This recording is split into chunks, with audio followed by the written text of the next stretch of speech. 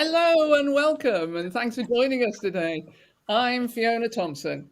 Now, how do you produce a live topical Sunday morning discussion show out of Northern Ireland with a studio in London and support from teams across the UK? The BBC recently awarded the tender to produce Sunday Morning Live, its flagship BBC One religious and current affairs discussion programme, to Turn TV and Green Ink, two production companies working together to make this important commission from Northern Ireland. Now, in this production focus, we are bringing together key members of the production team to explore the challenges and opportunities of producing this successful live strand. There's production happening across three nations, from their joint production base in Northern Ireland to the studio in London and crew and support teams in Glasgow, Manchester, and Sheffield. We'll talk about how they coordinate the various elements and locations involved and how they balance between planning ahead yet responding to breaking events by the hour. So, first, let's welcome our panel. We're joined today by Brendan Hughes, who's the exec producer and head of Turn TV Belfast. Hello, Brendan. We have Stephen Stewart, who's the exec producer and founder of Green Ink. We have Neil Dimmock, who's the executive editor. And we have Kathy Littler, who's the show producer. So welcome, everybody. Now, before we get going, I think we've got a clip. So let's take a look. Hello and welcome to the show that puts the heart and soul into Sundays, bringing faith and ethics to the discussions that matter most. Coming up today on Sunday Morning Live, following the decision in America to effectively end the constitutional right to an abortion, Labour MP Stella Creasy has asked for access to the procedure to be added to a forthcoming Bill of Rights in Britain. We ask if access to abortion should be a universal right.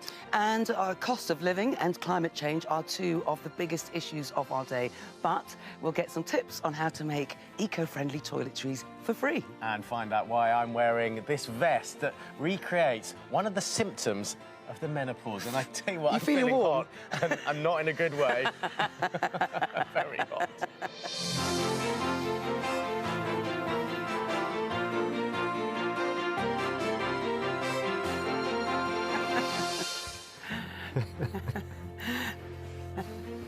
All that and plenty more, including this vest, coming up on today's show. That's right. We're in Lancashire visiting an artwork aimed to recreate the emotions astronauts feel in space. I found it incredibly moving. It makes me want to cry because you realise just how beautiful our planet is. We see Wales through fresh eyes with the results of a very special photograph contest. And we'll hear from a rather remarkable grandmother in Birmingham. And we want to hear from you on all of our stories today. And because there's enough bad news going around at the minute, we want to know your good news. Wow, there's a range of different topics going on there in that episode. So, but let's go back to the kind of beginning of this. So, Brendan and Stephen, I'd like to start with you. First of all, tell us about your backgrounds and how you know each other, because I know you've known each other for quite a few years now. Yeah, probably as far back as the days of black and white there, Brendan, isn't it? Gas operated television 40 years ago. Yeah, we've known each other for a long time. We work together in the BBC, and it's interesting, the two companies, we've always wanted to find something to work together. You know, Brent and I have been talking, and Harry Bell in turn, we've always been talking and looking for opportunities to work together. And then this one came along and it looked like it was a great mix of our complementary skills, really, and the talents and so on within the companies. Yeah, we do Okay, a lot of specialist factual. We do a lot of history and religion. We do a lot of ethics. We've done things. We've done 40-odd songs of praise in the past, and documentaries like the Ben Fogle Sacred Islands series for BBC One Religion. And Stephen's background is very much in that live space where he does thousands of hours of live television. We've, like I said, we've known each other. We live in the same place. Our offices are 150, 200 meters apart. We bump into each other in coffee shops. We like each other. We thought we'd go for it together. And there you go. We're enjoying it. We haven't fallen out yet. Well, hopefully you never will. And is this the first time you've worked together, collaborated together on a tender like this, and then on the commission? Yes, Green Ink has done a lot of co-productions, and we're doing a lot of co-productions. 5 of the series we're currently making are co-productions. Made a sort of active policy about 5-6 years ago to look for co-production opportunities, and the sort of criteria was people that we know, that we like, and that we trust. And Brendan ticks all those boxes, and Harry. So, but it's the first time the two companies have worked together. But it was quite an easy. It was a very natural fit. It felt good. We kind of know what each other's space is. All the legals and the financial stuff so far has all fallen into place, and so far has worked well. Brendan, do you want to add anything to that? Yeah, I mean, I'd go back to what Stephen says. It just felt like the right thing to do together. We haven't done that many co-productions as a company, but we realised when we were going for this that we were not. I started in live. I've worked in live a lot over the years, but as a company we haven't. I just really want to get back into live television again. I want to have that thing where you're sitting in a studio gallery and it's going out, and you've finished at the end of the show, and then you're looking forward to next week, and there's nothing more exciting. So when this opportunity came up, we just went, yeah, let's have a go for it. Let's have a look at it and see if we can win it. And we have, and I have to say, it is terrific fun. It's great fun to work on. It's a fun show, and very, it's a current affairs in a sense weekly show. So it's quite a different thing from what we normally do, but I'm loving it. Yeah, I'm going to come back to the current affairs bit in a moment, but I just want to know, what do you think it was about your proposal that got you the commission? Because there were quite a few people went through the tender process, didn't you? But you came out in the end with it. I think our approach was very simple. It's a good show. Let's not break it. I think also we have the experience of doing live television through Stephen and his company. And also, we bring a slightly different perspective to the show. We see, we're right on the very edge of the union, as it's called, And if you remember way back when there was an Edge of the Union film, but we are on the edge of the UK, and it feels like we look in rather than look out, as people do in London. They tend to look out into the regions. We look into the centre, and therefore we're approaching very much that Scotland, Wales, Northern Ireland, those bits of the north of England, southwest, their voices just need to be heard as much as anywhere else. So our approach very much was along those lines of, we're looking at the entire nation here and looking in from the outside, as it were. I really like that notion of looking in rather than looking out, to differentiate between the kind of London, what is often perceived as the London-centric approach to things, and then that which is looking out, but from a London-centric perspective, isn't it? How do you ensure that you're not taking too much of a kind of parochial approach to things? Well, we're both experienced in... we've spent years, Stephen and I have spent years on planes in and out of London. Kathy has spent years in and out of London. Neil has spent years in and out of London. We know in a sense how London works, and we've got that London language, but it's not parochial. It's we include London. The show is shot there. Many of the contributors are based there. But in terms of the rest of the country, we I would rather make a short BT in Scotland than another one in Islington. And I think that's the sort of approach that we look. I don't see it as parochial at all. I just see it as wider and bigger. Stephen, would you agree? Completely. I remember years, as Brendan says, I lived and worked in London for years, and I love London. It's an amazing place, and I think it's good for most people to go there and work there.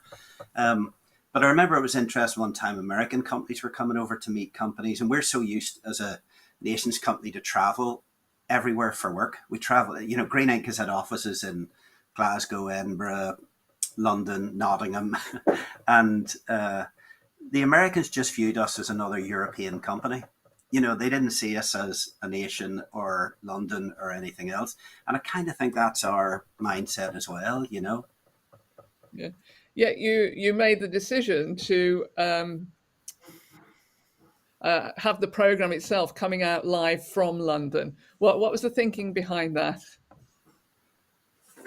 Well, that's a sort of logistics thing. If we want our guests to be good, and a lot of the guests are based in London, and if you're asking people to do a Sunday morning show, if we were to make the show, for example, somewhere else, be it Glasgow or Belfast, you'd be asking people to fly there on a London guests to fly there on a Saturday, including the presenters, and they're key to fly there on a Saturday, and they wouldn't get home to Sunday tea time. So you're tying people up for their weekend, which is precious family time. So that was the reason. And, with the use of Zoom is now accepted as accepted. So it's easy to tie people in from all over the country. I think the other thing too, Fiona, to be honest, is that a very important part of the show is an outside space. We looked at studio spaces in various parts of the country. We looked at Glasgow, we looked at Manchester, we looked at Leeds, we looked at Sheffield and Birmingham. And in London, we found a studio which has an outside space that works for us. BBC, when they did it, had NBH, and they had the outside space there in the piazza. We've got a garden at the back of ATM, which is where we make. And that just gives us it just breaks the studio up a little bit, gives it more sense of space and air. And that was very important as well. So having trawled the country, that we finally lit on that one place and thought that could work very well. Yeah, but isn't it one of the benefits of being an independent production company situated where you are, that actually you're not tied to a particular studio infrastructure or something? So you can make those pragmatic choices of where to locate the actual program when it's coming out. So that makes perfect sense to me. But do you think that's one of the benefits of being independent, is that you can actually have those choices? Yeah, there's pros and cons to it. I think the short answer is yes. And a lot of it's to do with budget as well. The price of studios, they're very expensive. And you could be tied at, I know, for example, if the BBC are making a show and they use BBC studios, they still get billed by the BBC, and sometimes that could be more expensive than using an outside studio or an outside facility. Yeah. I just wanted to clarify something for people who are listening who maybe haven't, or who are watching this, who maybe haven't watched your program as religiously as you might hope, is to understand what we mean by religious current affairs, because some might assume that's about keeping up to date with what's going on in the worlds of religion, whereas it's something completely different, isn't it? Do you want to explain what is actually meant, what Sunday Morning Live is actually all about? It's not so much religion, it's more ethics, and it's topical. So, we've had debates on work ethic. We've had debates on abortion, whether it should be a right.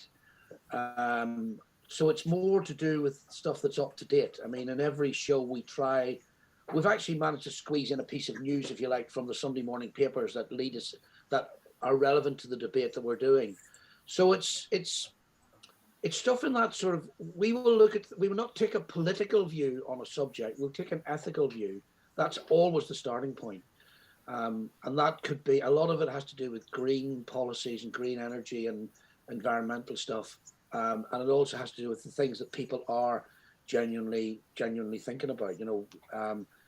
Last week, for example, it was all about the Tory leadership and all that sort of business. Yet, we avoided all of that. We were looking at something that was slightly different. I mean, Neil has a better perspective on that in some respects, because Neil's the one who drives it. But it is fair to say, Neil, isn't it, that our starting point is what's the talking point this week, but how can we put a different spin on it? Yeah, what's our angle on it, I suppose. It's also the timing that we're on as well. On Sunday, we come off the back of two heavily political shows. There's obviously a lot of the stories that we want to talk about will have been covered a lot during the week. So we don't want to be having, and viewers won't want us to be having the same conversations they've just heard all morning, but they're clearly important subjects to the viewers. So how can we put a spin on it? So, for example, a couple of weeks ago, when Boris Johnson first resigned, we tore up our plan for what we were planning that weekend, because that was obviously a massive talking point for the whole country. It was everywhere. And we ended up coming up with a discussion about leadership and whether moral integrity is what we should be looking for, is the most important quality we should be looking for from our next leader. And we ended up with a really interesting discussion with Edwina Curry, some other leadership experts from different fields, including business and things like that. And we just had one religious voice on it. So when we talk about religious current affairs, we don't have to put a religious spin on it. It's nice to hear a religious perspective. But we had a politician, we had business leaders, but we were discussing it from a completely different angle to, I think, almost anyone else in terms of that moral integrity and whether it's almost a do nice guys finish last in politics type thing. Do you have to be ruthless? Do you have to be a bit flexible with the truth to succeed in that world? And it was an interesting discussion. It rated well, and we got loads of comments from the viewers. So I think that was an example of Sunday Morning Live at its best in terms of we're not avoiding the big talking points that everyone else is doing, but we're finding the ethical, the moral, or the religious angle on what those big talking points are. And I think that's as you say, that's very important, and it complements what's going on in other programs. But at the same time, when we engage in debates about the ethical dimensions or the moral dimensions of particular subjects, it's actually still quite political, even though it may not be party political. It's actually still quite a political statement to do, wasn't it, Nelson? I've forgotten his name. Desmond Tutu said when people are saying you should keep the politics out of religion, I'm wondering what Bible they're reading. Across all religions, that kind of sense of engage with the life of today, informed by whatever your spiritual, moral, or ethical backgrounds are. So I think it is a political. A lot of topics that are sort of multi-dimensional. I mean, I don't want to give away any spoilers and turn viewers off for this Sunday, but we're looking at a conversation potentially about public sector strikes this Sunday, and you can't avoid politics in it because there's a reason that strikes might be happening around the country, and those reasons are political. But I think where we've got really skilled and experienced producers, we've got a presenter who's handled loads of debates, so we can really hone down into what we want to talk about quite quickly to avoid talking about the sort of economic political detail of it and talk about the moral angle of strikes and whether that causes any harm or good, the impact on the public, particularly in relation to public sector. So they're not sort of free flowing conversations. They should look like free-flowing conversations, but a lot of work goes in behind the scenes from Kathy and her team to structure those conversations and to try and think of the ways they might go and how we keep it to what we want to be discussing, really. Yeah, if I can bring Kathy in at this point, because one of the things I noticed from, say, for example, last week's episode was that on the studio discussions, you're actually able to give time to people to put across their views, which sometimes in a very, very TikTok kind of world, we keep those opportunities really, really short. Yet you enabled the subject, say, on green issues to breathe. Is that something that's a deliberate approach that you've taken? Yes, I mean, how we approach the debates every week, we will build a structure based on where we think that the arc of the debate is in terms of the starting point, the talking point of the week, and moving through to, the middle ground and the discussion therein, because sometimes it moves in a different direction, and finishing up with a much more productive looking forward. How can we, if it, for example, the strikes this weekend, what is the solution? Where does the solution lie? And that will obviously come from the different perspectives in the debate, but it's really important to treat the debate as if you are looking at a very fresh discussion between four very interesting people with sometimes very opposing views. We will produce a structure that we believe will take a journey, a good narrative through that debate, and do it carefully and safely. But it is a discussion, it is a live discussion, and our debaters very often will they aren't burdened by our structure.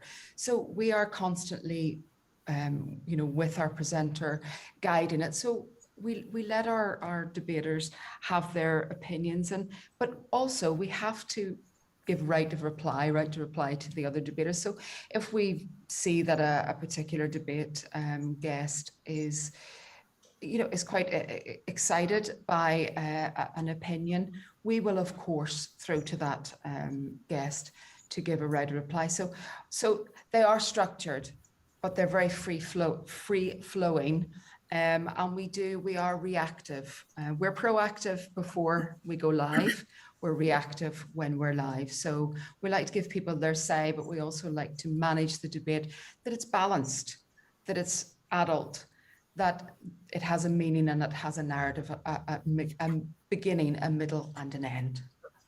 Yeah, and within that, it can be quite complex, isn't it? Because you talked about opposing voices and then about balance, etc. But, and this is just my opinion, but others might share it, which is that sometimes some debates can be so polarized, it's very difficult to find that common ground in which there can be that discussion, because it's too easy just to actually close down debate because your views are so firm to yourself. How do you make sure that that isn't what you've got? Because that doesn't make either good telly, nor is it good for enabling people to be informed by the discussion. So how do you make sure that doesn't happen? I think part of it is in the casting and the preparation work that goes into it, really, in terms of lots of detailed discussions, lots of background checks on what people have said before, what they do, what they're like as debaters. I mean, one of the most polarizing issues at the moment is the sort of trans rights discussion, and we did that in respect to sport, and I think that is one of those discussions, you're quite right, that can just descend into two completely polarized sets of people with their opinions, but actually it was cast really well. We had strong opinions, we had strong views expressed, we had lively debate, but there was an air of respect between the guests, and funnily enough, it was one of those where people from both sides of that debate sort of wrote to us afterward, sort of thanked us. It goes back to what you were saying as well. Being able to give enough time allows people to feel like they've had their say as well, and I think that's often where debates can descend into not mudslinging, but being too entrenched in your views, is when you feel like you're only going to get one chance to speak, and you're only going to have 45 seconds, so you have to say your strongest point, and that's all you've got to say, and you're fighting for airspace. But if you give the debate just enough time, people don't feel like they're fighting for airspace, but do feel like they can have a productive and lively conversation. Right. Now, what I'd like to do is I'd like to go right back to the beginning and look at a kind of a normal week, if there is such a thing as a normal week. But first of all, we've actually got a question coming, which I hope I can read, but I've got really bad eyesight. It says, "Hi, everyone. Carla Spear from NI. I worked on the show pre-pandemic. Nice to see you again, Neil. Where can you send some debate item ideas or piazza item suggestions to?" You can send them to me or to Kathy. I mean, in terms of debate ideas, we tend to think of most of those ourselves. Piazza, I mean, VT ideas are always welcome as well. We're always trying to, create opportunities for new talent on and off screen as well, to give them a chance in all the nations and regions. But any ideas are always welcome, and they can come to me or Kathy or our other producer, Alana. Thank you. And to anybody who's watching us today, please do use the YouTube function to send through some questions to us, and we'll get to some of those later on. But now I'm going to go right back to something that I really like, which is following a production through a week. But first of all, can I just check, where's the main production team based, if there is a main production team? Belfast. There is definitely a main production team. The main production team is based in our office in Hollywood. Stephen's office is across the street. We sometimes use that, so he and I will sometimes do a Zoom call together with other people or whatever. But our office in Hollywood is where our main production base is. Our edit suite is there in the office. Our VT producer, we have one in the office in Belfast. We have one in Glasgow. We have Shooting PD, who's based in Sheffield, because actually it's really quite handy to get to most parts of the country from Sheffield. And again, that's that outside looking in bit. Is you think, if you're going to put a VT self-shooter, where do you put them? And you put them in the middle of the country. Let's stick them there. That'll be fine. And of course, the main production, the studio is, of course, is in London. Great. So how does a normal week work? Obviously, you've got the production goes out on the Sunday. When do you then come together to start doing do you do a quick debrief about the Sunday one and then get into a planning for the following week? Yeah. Neil, do you want to show them your diary? Do you want to show them your calendar? I don't want to put off every single view. I mean, people who aren't fans of big, complicated spreadsheets probably. But it is a fairly complicated schedule, and just by virtue of the fact that we are a Sunday morning show. So, my working week, for example, is Wednesday to Sunday generally, with the odd call on Monday and Tuesday. But we have two teams who work in sort of conjunction with each other. So Kathy will lead one team working towards the show, say this weekend. So they'll do a 7-day week from Monday to Sunday. Then they'll have the following Monday and Tuesday off, and then do a 3-day week from Wednesday to Friday, which is a planning week, which are really useful actually. So on those planning weeks, you can come up with a lot of your sort of outdoor area items. You can help with the VT team, and you can just get in place that are slightly more complicated than a topical chat, for example. So we'll be in communication on that Wednesday to Friday. We'll have a fair idea of 2 or 3 of the things that we want to do the following week. Then Kathy and her team would be setting that up on Monday and Tuesday. We'll maybe speak about if there's anything unexpected or anything else has come up on the Monday and Tuesday. And then things really ramp up on the Wednesday. So that's when the full team are all back together again. So we have a big meeting on Wednesday, which starts with a debrief about the previous Sunday's show, what went well, what didn't go well, what we can learn, that sort of thing. And then we look ahead to that Sunday. So we'll talk through some of the items that have already been set up, and then we all discuss as a team what we like for our more topical items.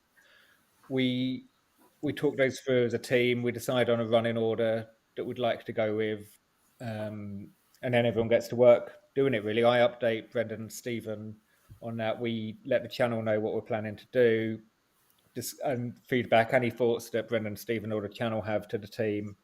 And then a Wednesday to Thursday is pretty much standing those items up, talking to potential guests, reacting to any news stories that come in that we might want to fit into the running order, as well as getting all of our VTs cut, which aren't necessarily topical, but just the way we work, we cut them the week before we put them to air.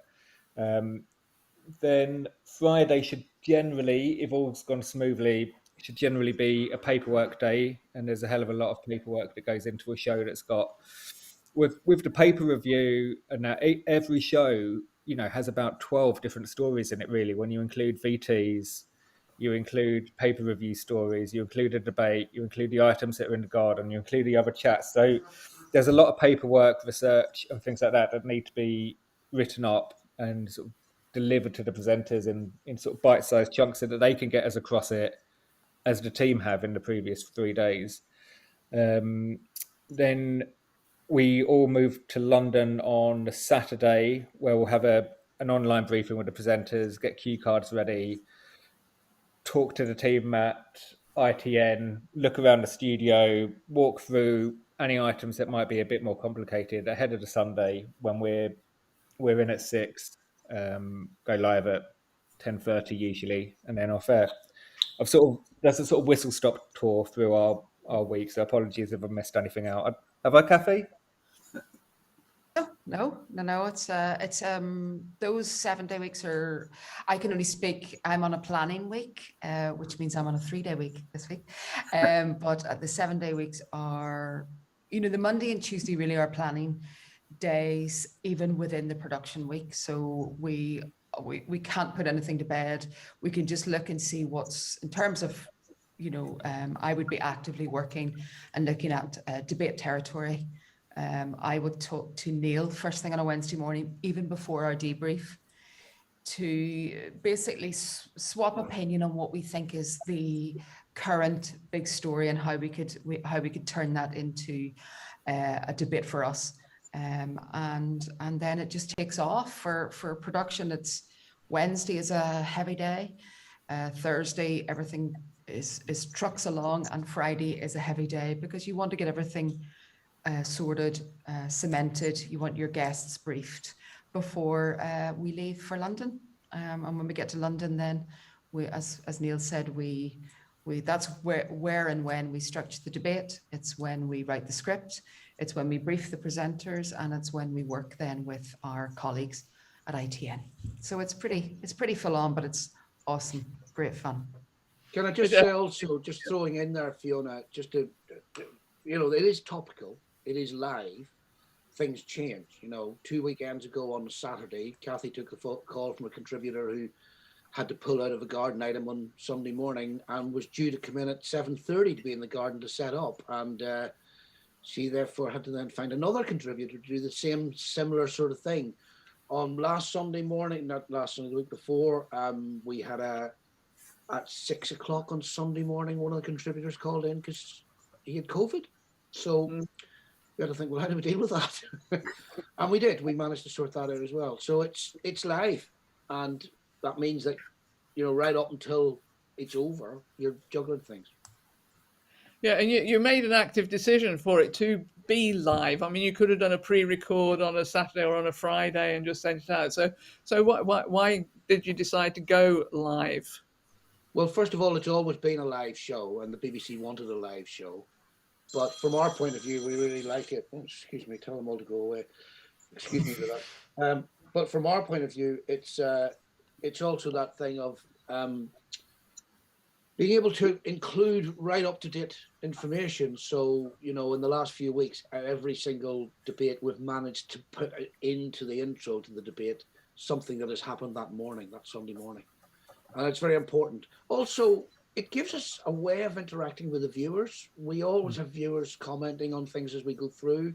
We'll throw viewers' comments into a debate, as you just did with Carla's question earlier, or we'll have we've had a section at the end for the last few weeks where we've had good news stories and people have sent their photographs in and sent stories in just to end the program. So being live gives us that flexibility you wouldn't have if we pre-record on a Saturday night, for example.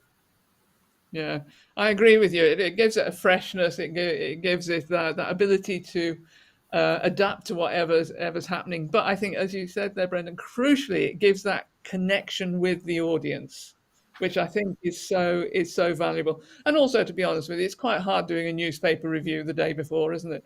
So that would have to be active as an. But also in terms, because having worked on something similar to this many decades ago now, there's also, that certain things are going to be coming up. There are certain stories that are continually current affairs. So you can have those as kind of in your back pocket.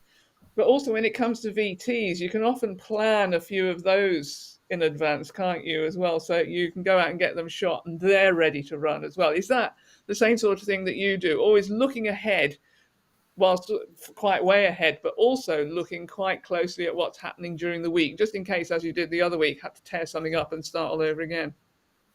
We do that level of planning with the VTs in particular. I mean, we've got, we have with a spoiler, but we have a football VT in this week's show, in the middle of the Women's Euros football competition, and the opening show opened with an interview with Mo Farah, who was playing in the football, competition in the West Ham ground that day. So there are certain that we plan ahead, obviously, with the VTs. But also some of them are slightly timeless, but and you can slot them into almost any program. But Neil and Kathy and Alana, who are producing, have a very clever way of thinking these things through, so that the programs aren't exactly themed, but there is a sort of story arc to quite a few of them that's important to bear in mind as well. Yeah, I want to just move over just briefly into the use of technology. Now you talked, I think Stephen, you talked about Zoom and how post-pandemic Zoom has become an acceptable way of us engaging, and obviously you use that in the show, but you also use LiveView as well. So how has technology helped you deliver this program to the standard and quality that you want it to be? Yeah, it's been brilliant, I have to say. As Brendan said earlier, one of the things that was crucial to us and to the BBC was to have that outside space. It gives the show another dimension. It's really useful. The studio that we found, there's photos. The studio that we found, that's Elm Yard, round the back of ITN Studios. It's actually not owned by ITN. We had to do a deal with the landlords. But to get the pictures and the sound back from there proved quite tricky. The ideal world would put in a cable and a wall box, and we may do that in the future. In the meantime, what we've been using is LiveView, which use 4G, I don't know, maybe even 5G technology to get pictures and sound back. So what you're seeing there, we have two cameras. We have a light just to fill in. And everything is fed back by the LiveView. It can send two camera channels back and two audio channels back. We found the two audio channels is a bit limiting when you have the presenter plus two guests. But this would be a pre-record we'd do in the morning at 7 o'clock. We're trying to be done by 8 o'clock if we can. So the LiveView technology has been great. It saves a satellite truck and all those sorts of things that you used to have in the old days. That's the LiveView box. It's quite an amazing piece of kit, really.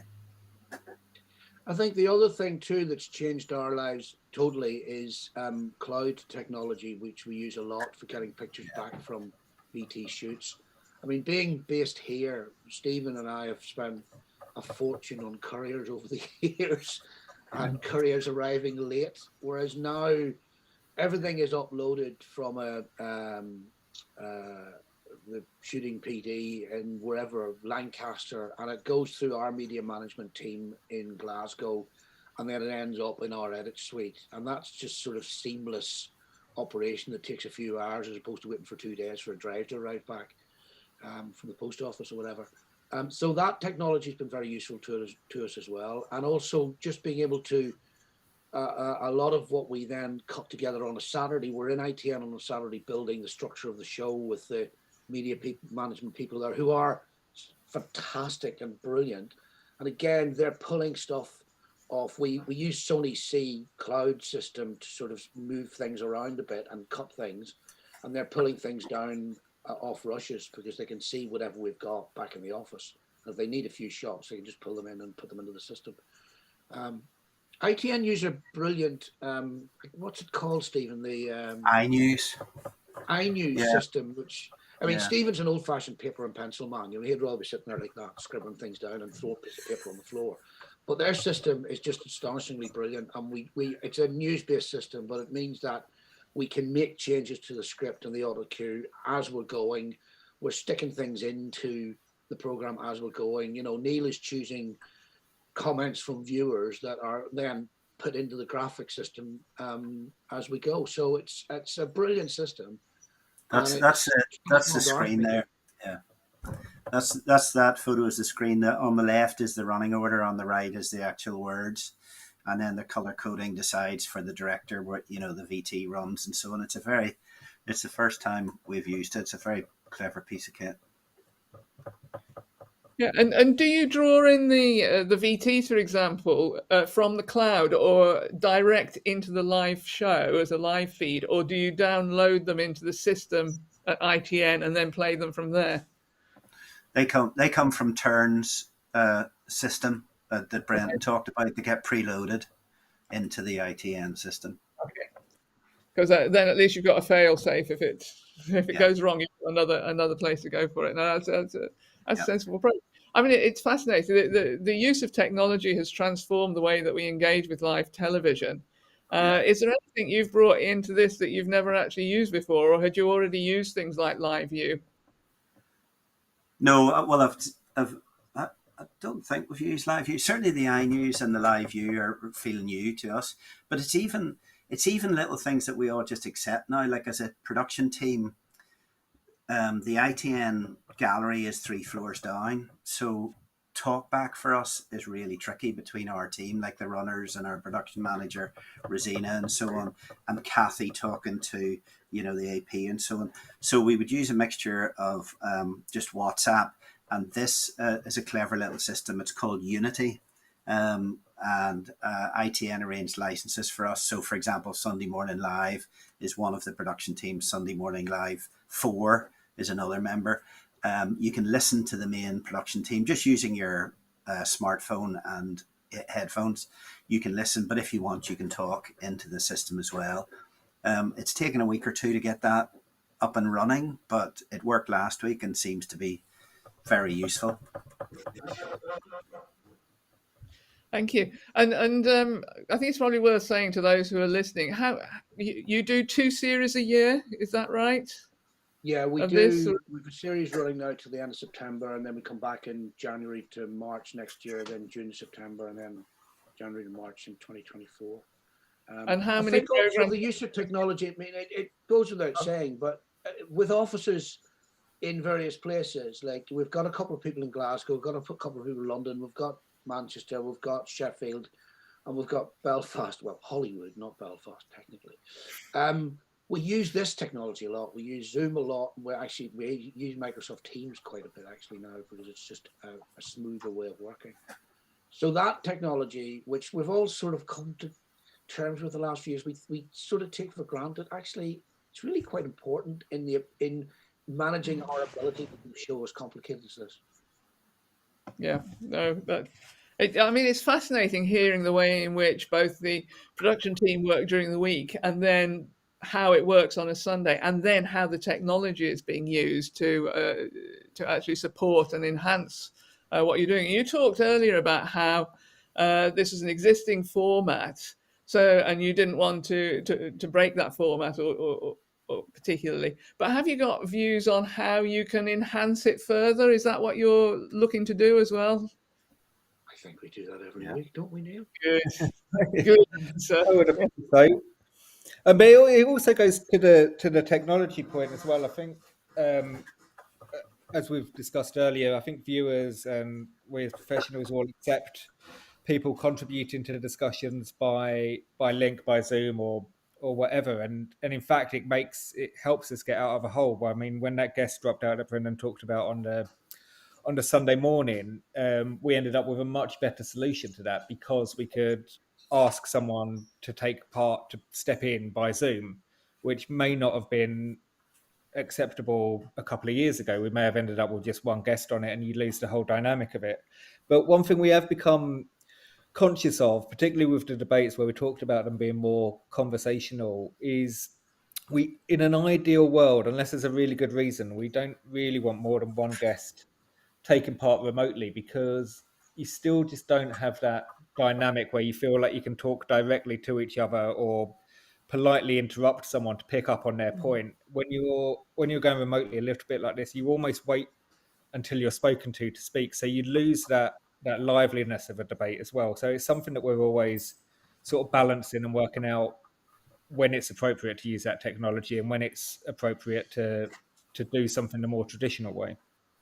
that's a very good point. And if I think about your studio setup, do you actually have a physical screen up on the wall? There is a screen that I can see, but I didn't know whether it was a physical screen or whether it was something that was put in. There's a large physical screen, so where you can see where the newspaper headline is. That's a physical screen. Now, it's probably too big to get a sort of giant head taking part of that as a discussion, but you can just see behind Sean's back, between the camera, there's a screen there that's got the Sunday Morning Live logo in it. You can see half of it there. So we've got 2 of those screens that we can use, and we can have guests join us through there, and it works really well. They feel part of the discussion. And we find that one of them feels like the right number, so it doesn't feel like the discussion's happening somewhere else. They're just adding to a discussion that's happening in the studio. Oh, right. So it comes from that smaller screen if you're on Zoom, not the big one. Comes from the smaller screen. Yeah, and just to satisfy the geek side of my character, I mean, it looks like you're shooting through a window there, but I'm assuming you're not, or are you? No, we're not shooting through a window. So there's the studio is sort of three-sided. So you've got the wall where you've got a big screen, you've got the wall where you've got the windows, and then you've got, I think whoever's taking that photograph has probably got their back against another wall. So then obviously all the cameras largely are based there. But I think Stephen could probably talk more about the way it's shot than I can with his sort of excellent directing background. Well, we do. It was one of the things. I think the windows. It was very interesting when we started the conversation with the BBC, because they have the series, very successful series, Morning Live, and it was decided that we would echo that. So that it has similar. So for me, one of the sort of signature, if you know the Morning Live set, one of the signature looks really is the floor.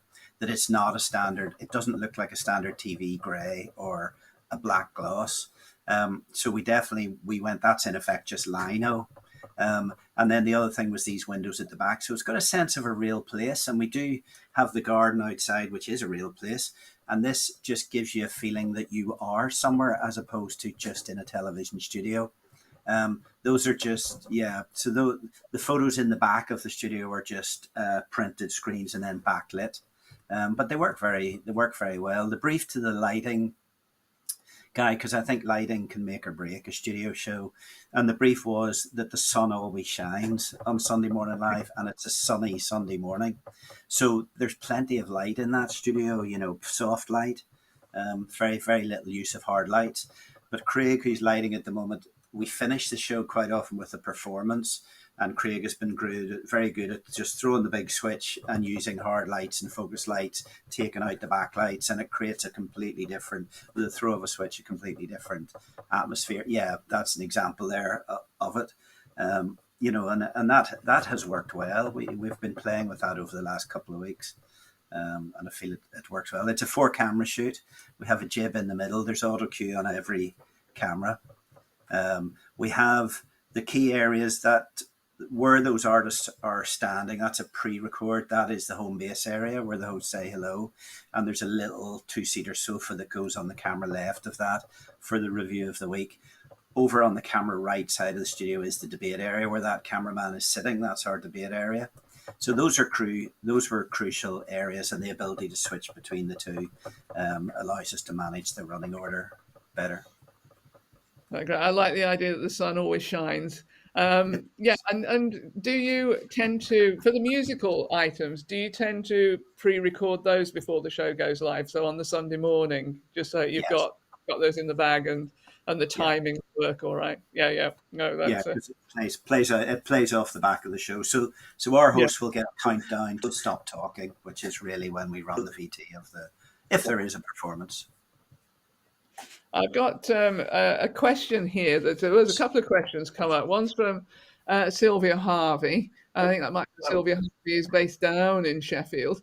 Can you give an example of one show? I'm going to slightly change that to say, can you give an example of a part of a show? Because sometimes it could be an individual little segment of the show of which you feel most proud, and why. Kathy, I think this might be one for you. Don't want to put you on the spot. Thank you.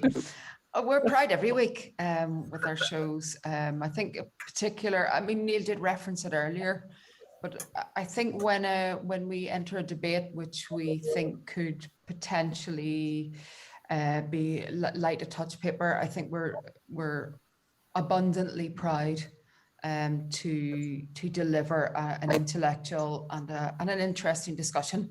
That's a sense of pride for us, but it's also in the balance that I think we're infinitely proud of the balance that we have, and it's one thing. We were talking about the use of Zoom, etc. One thing that that does do for us is it cuts down our carbon footprint, and a lot of the items that we cover, obviously because it's a highly topical but also ethical discussion, is in sustainability. In fact, this Sunday, little spoiler alert, we're doing eco barbecues and how to cut down your carbon footprint when you barbecue.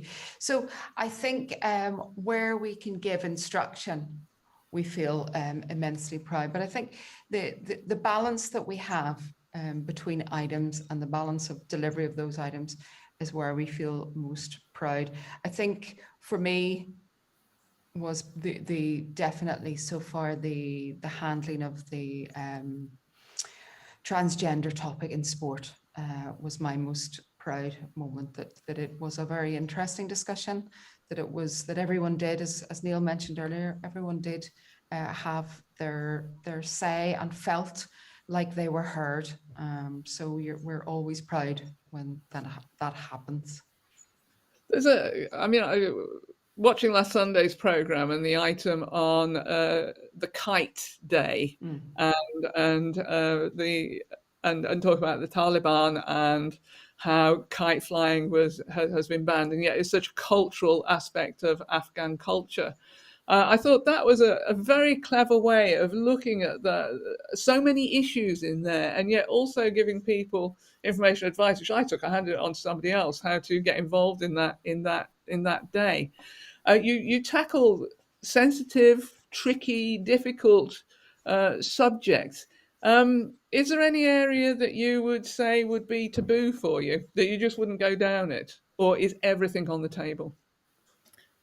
I think everything's on the table. I don't think we'd rule anything out just on the face of it, but I think different subjects have different sensitivities to them, and it depends on what that approach would be and how we would tackle it. And I mean, what we want to be reflecting is what are the really big talking points of the week. So they're not sort of going to be niche subjects a lot of the time, but we do want to give voices to people who maybe don't get heard on mainstream media, but we have to make sure they're the right voices. But the history of Sunday Morning Live it's dealt with some very difficult and controversial subjects, but it's the way you approach it rather than the subject itself, I think, is the key.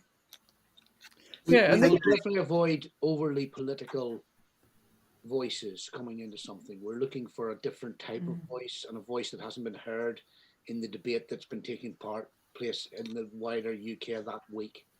So we like to come at it from a different angle, and the angle that most people come at it from is that straightforward political angle. And as Neil said earlier, we're on just after the Sophie Rayworth Sunday morning show and the local politics show on the BBC, so we have to come in and out from a different direction. Yeah. I mean, the BBC's got a very, very long history. It's 100 years of religious broadcasting, with John Reith himself feeling that this new medium of radio should be used as a pulpit.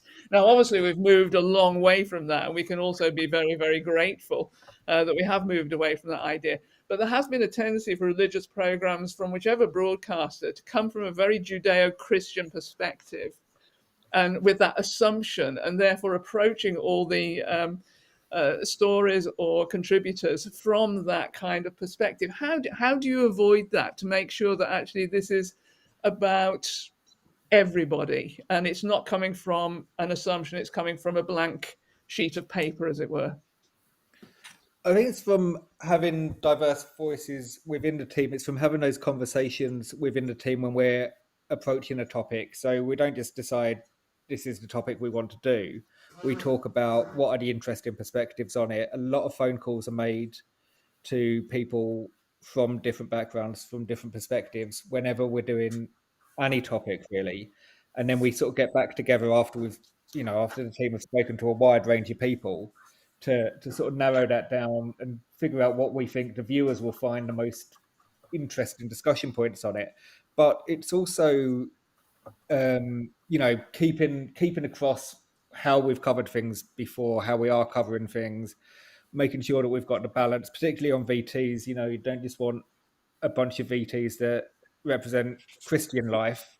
They need to represent different types of religion. So we will actively seek out stories from different perspectives if we feel they've been underrepresented in the series so far, or if we feel that our ideas are sort of going one way, then we'll sort of have a meeting, we'll discuss, and we'll actively target stories about sort of specific faith perspectives.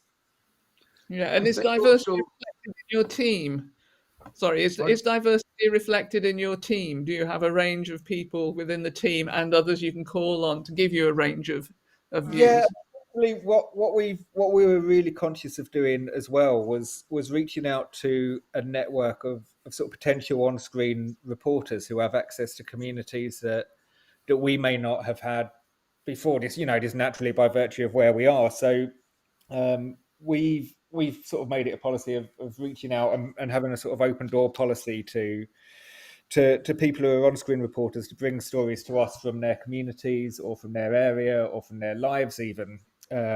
So we've got a huge resource of people getting in touch with us with ideas, which we try to manage as best we can, because we're obviously creating our own ideas at the same time. So that's another relationship that we have to be careful how we manage as well, because, and I think just honesty is always the best policy, because a lot of the times they'll send us ideas that we've already looked into or we're already working on.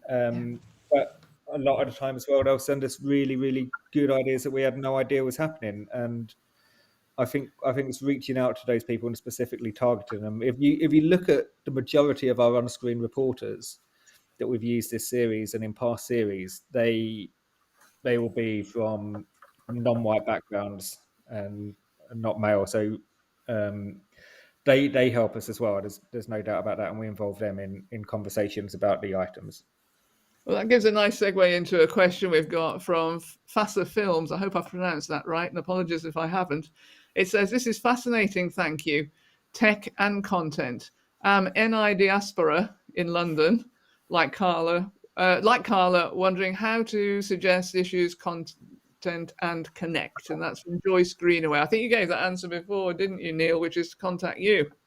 Yeah, me, Kathy, Alana, any of us. Our email addresses are just our first name at sundaymorninglive.tv, so people can reach us that way. Good, thank you. Hopefully, Joyce and Carla, that answers your questions, and Sylvia, you got an answer to your question. We're coming up towards the end now, so I just want to ask you one final question, really, which is, making live television can be quite stressful. There's a lot of adrenaline going there. You've then got the adrenaline bump Sunday afternoon when you crash out with it and just grateful it's over before gearing up again. Do you manage to have fun? Yes. Yeah. Constantly. Yeah. We do. We do. Very, very much. Even though we're separate parts of the UK, we have fun when we have our meetings. We have fun when we have our phone calls. We have fun at the weekends, and it's there really is nothing like the buzz of live TV. I've worked in it. I've worked in TV for 28 years, and probably half of that was in live. It has been in live, and there's no feeling like it. The adrenaline is, and it's not for everyone. That's the thing. Live TV is very much, you have to have a certain amount of bravery, and you have to know how to be reactive and problem solve very quickly, but with good humor as much as possible. But do we have fun? Yes, we have fun, and we will continue to have fun. We have fun with even idea meetings and with our debriefs as well. When we reflect on how a show went, like last Sunday's, and what we could do better, it's productive, it's proactive, it's kind. There's kindness in our show as well. So I think we have such a nice balance. I think it's also one of the benefits of having the main editorial base and the studio in completely different directions is it feels like a bit of an event as well when you go over for the weekend. You're all there together. No one's sort of rushing off to get home. So you all sort of hang out together. You talk about the show, but in a more relaxed way the night before. You hang out a bit after the show as well, sort of reflect on it. Like you say, let that adrenaline die down a bit. But it feels like you're all in it together. It's not sort of you just meet up, do the show, and everyone goes home. It feels like a real sort of team effort. It did. It's worth saying it did take us a week or two to find a pub that was open at 11:30 on a Sunday morning, but we got there. They open special. I'm going to qualify that and say it was 12 o'clock. I'm pretty sure it's 12 o'clock because we go off air at 11:30, Mr. Stewart. I found yes, we do. That's the thing I'm most the other thing that's important, actually, just to say, is that Stephen and I both, independently of each other, years back, made decisions that we would never work with people we didn't like. So we tend to hire people we like and people we can have a lot of fun with, and that's important in tally. If you can't enjoy yourself, what are you doing? Yeah, here. Yeah. Yeah. So that's good. That's a good point to end on, Brendan. So thank you very much. Thank you to our panel today. Thank you for giving us your time. Thank you for the work that you're doing, the programs that you create, and the topics that you allow us to dive into. So thank you, Brendan. Thank you, Stephen. Thank you, Neil. And thank you, Kathy. It's been great talking with you today. Thank And you. I'll just finish by saying, I hope the sun always shines on Sunday morning. Take care of yourself. Thanks to all of you for Thank you. watching this. Thanks, Bye, Fiona. thank you. Bye. Bye now.